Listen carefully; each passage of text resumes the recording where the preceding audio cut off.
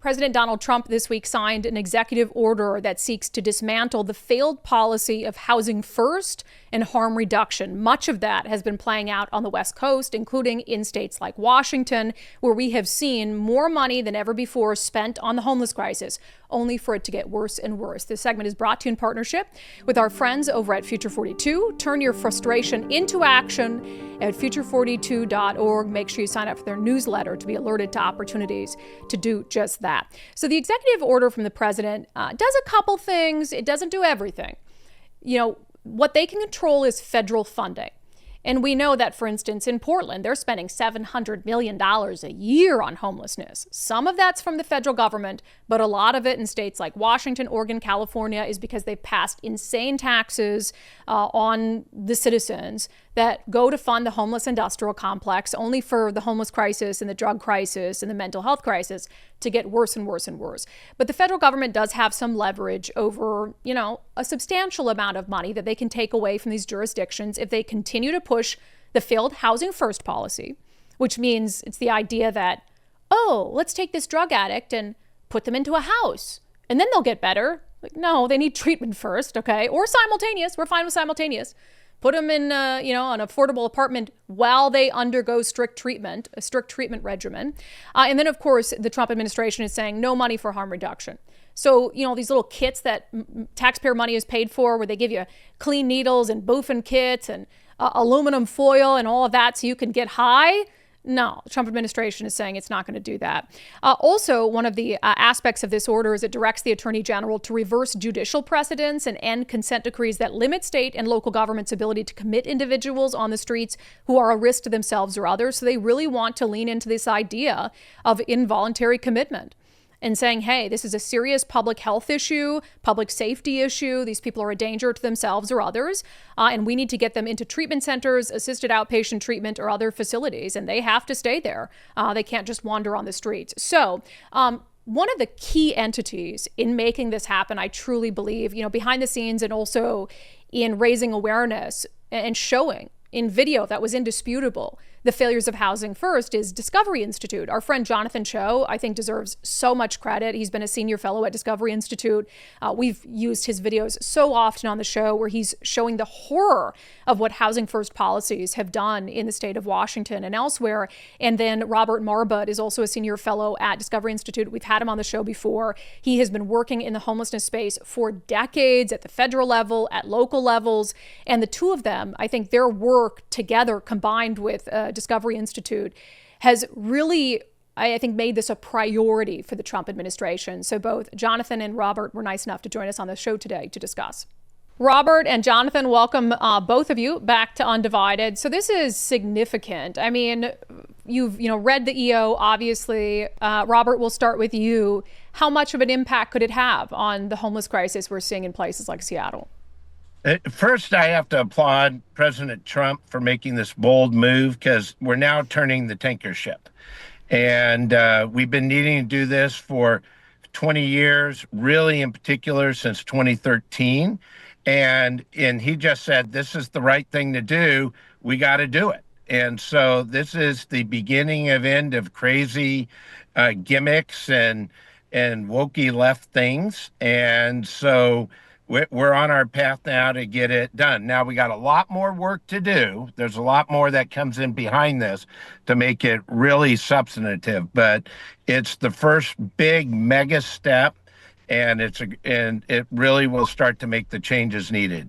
Yeah, I mean, part of it, the leverage on a lot of these EOs that Trump has been putting down is financial, right? And I was looking at the numbers for the 2026 proposed budget, Jonathan, for the King County Regional Homelessness Authority, and about 25 million of 200 million comes from HUD. Is that enough to change behavior if HUD were to take away that $25 million? Well, as we like to affectionately call a lot of these nonprofits that have been pushing housing first and harm reduction, the homeless industrial complex, they're absolutely shook. Because at the end of the day, federal funding makes up a significant portion of the dollars needed to do outreach and services. So, I believe either they correct course and they really start focusing more on treatment and recovery, or else, we're going to, start seeing taxes going up in Seattle and King County to offset this massive federal loss. But again, I think right now, a lot of the folks in the nonprofit space who have been housing first harm reduction, they're still waiting for more details right now. That's what I'm hearing. They're absolutely concerned. This is definitely a seismic shift in the landscape, but they're waiting for more details as well. And I was going to say there are a lot of blue city mayors, what I'd call practical solution-oriented mayors up and down the West Coast, up down Highway 5, 101, who privately would tell you this crazy thing called housing first is not working. There are clinical people who say the idea of giving drugs to drug addicts and people on substance use disorder doesn't make any sense, especially now with fentanyl.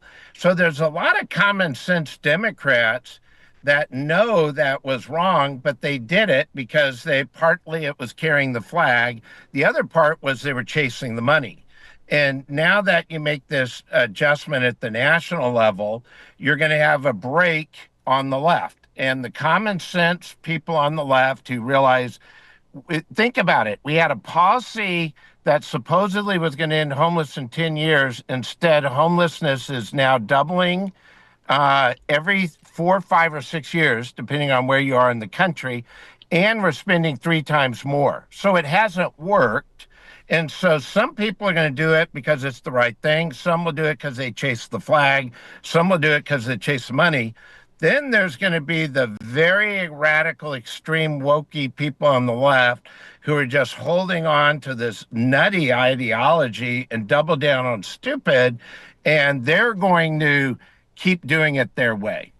Yeah, one of my concerns immediately, because we've seen it with other, the one big beautiful bill, and now all of a sudden Trump's to blame for the budget crisis that states like ours were already in. And so, Jonathan, you know politics in our state pretty well, and have been in other states. Does this just give them a convenient scapegoat to say, oh, in a year when homelessness is bad and they're running for their jobs again, they can say, well, it's bad because Donald Trump took all this money away from us? Yeah, and it's heading in that direction, and we're already starting to hear language like that from some of our elected officials.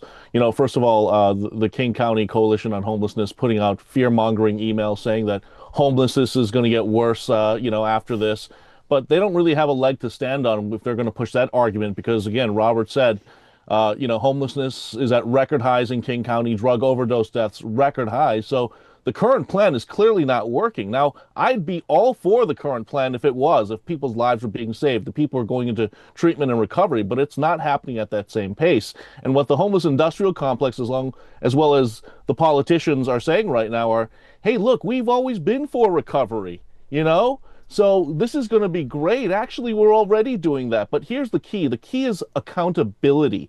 What we haven't had in the past is accountability. What we haven't had with housing first and harm reduction are requirements. Once you get an apartment, once you get the meth pipes or the, foil to, have, clean drugs, so to speak, no one was ever required really to go into treatment. And that's the pushback. That's going to be the key right now. Will the homeless industrial complex give in and finally say, yeah, we got to start requiring treatment?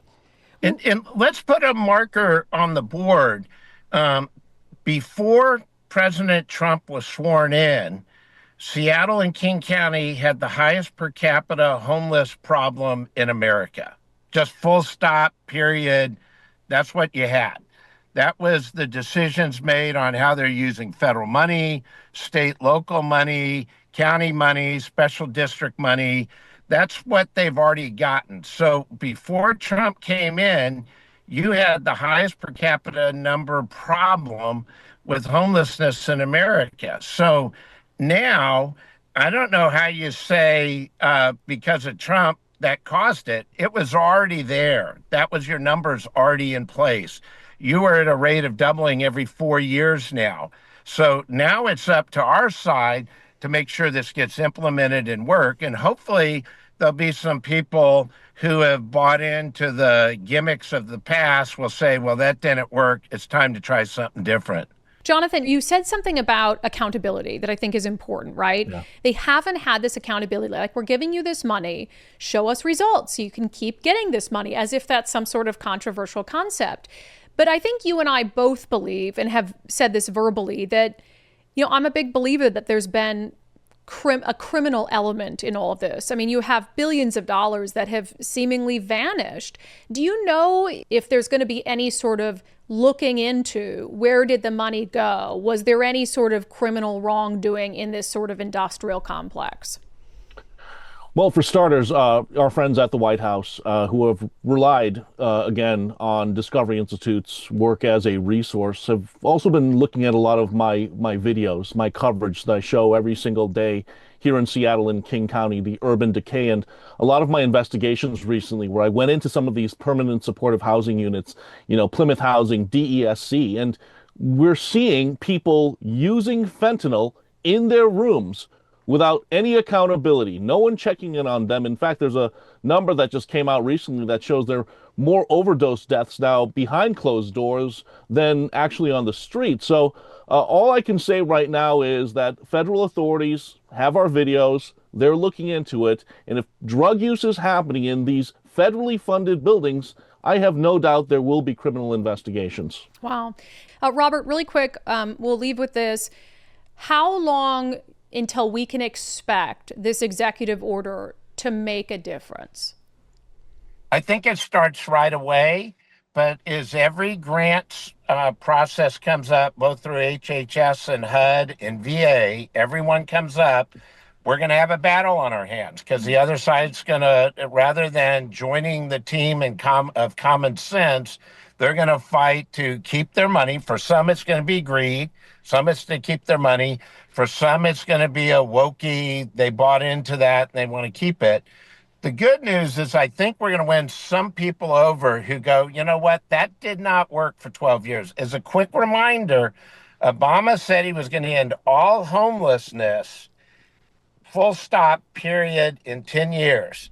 And that was at the old funding rate. Since then, funding's gone up 3 times, and homelessness is now going up 4 to 5 times, or every 4 to 5 years, it's doubling in most of America. Wow. Yeah. Money's not the solution. We see that with this. We see it with our education system. It's better funded than ever. We're getting worse results. I think we should try giving them less money and seeing if all of a sudden it magically fixes itself and then they move on to something else that they can squeeze money out of. Jonathan, Robert, thank you guys so much for the work you've done on this. I know that behind the scenes, this is important to the White House to see what's going on, to hear a consistent message on, hey, this is failing across the country. So thank you guys for not only bringing attention to this, certainly in our state, but across the nation. We appreciate it. Thanks, Brandi. Well, thanks for having us on. Yeah, those two guys right there.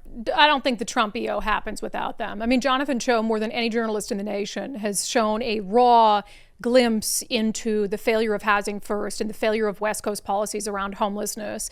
And I mean, I bet you there's been 500 million views on his videos, if not more by now. And so I just credit both of them so much, and Discovery Institute, for all the work they did over the last couple of years to raise awareness for the failures and the real devastation and I mean, urban decay, but also human suffering that has been happening that I hope this executive order can help to turn around. That segment was brought to you in partnership with our friends at Future 42. Turn your frustration into action at future42.org. Make sure you sign up for their newsletter to be alerted to opportunities to get involved in saving this state we love. Yes, we do still love it.